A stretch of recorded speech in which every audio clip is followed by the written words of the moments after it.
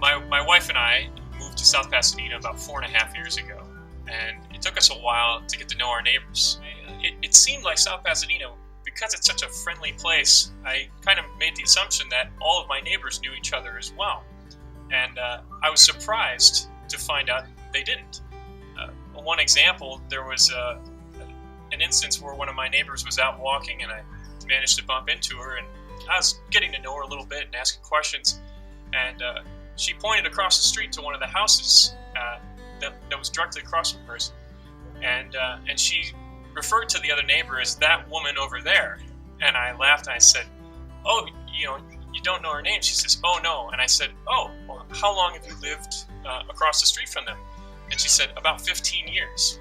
And I thought, wow, that's a long time to live across the street from someone and never actually get to know even their name. And the reason for that is there's not a routine or a reason for them to engage. And so that's really essentially what we need more of in our community. How do neighbors become good neighbors to each other? Hi, I'm Pam Dong, and I live on Orange Grove, and I've been in South Pasadena and on Orange Grove for over 40 years. We have a wonderful neighborhood.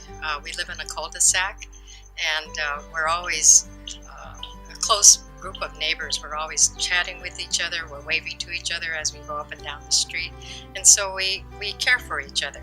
We decided to organize a neighborhood watch, and what was so nice is that all the neighbors have been very responsive. We've had block parties, we've had meetings at some of the homes of our neighbors, the police have come, and also we decided that we needed to do some disaster preparation. And so recently we had a block party. I think over 50 people showed up, which was wonderful. And we decided to do our mapping of our neighborhood, which has really given us all rather good comfort to know that we can rely on each other and we know where we can get help when we need it.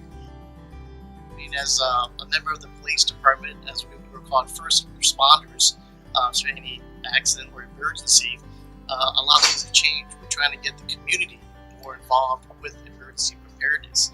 That's, for an emergency responder, is very important for us because, as I said, we're very limited in our manpower. And while we can always ask for mutual aid if there's a big earthquake, obviously our neighboring cities will be just as busy as us, and they will not be able to send us assistance. So we really do rely on the residents to help out. My name's Nancy Norris, and I live here on Bushnell and have for the last 27 years. I'm Larry Rosen, and Jane and I have lived on Bushnell since 1994. One of the things that we've done for probably about 30 years is a yearly block party that gets people together. We close off the street, we rent and get food and all those good things, and gather everybody together and play games. It's a wonderful time that people get to come out and be together when we don't normally, get to see each other in the year. We also collected everybody's information from the home, who lives there, and we got contact numbers, and that way we are able to know, oh, by the way, now we know who's next door, and we can't find them, and maybe we should connect with their contact person if, God forbid, there is a disaster. I think the coming together part has started with these things around fun and communal activity, getting together, breaking bread together, the essential elements of community building, sharing food together and laughing together and playing together, which opened the door to our being able to talk about issues that the block might have.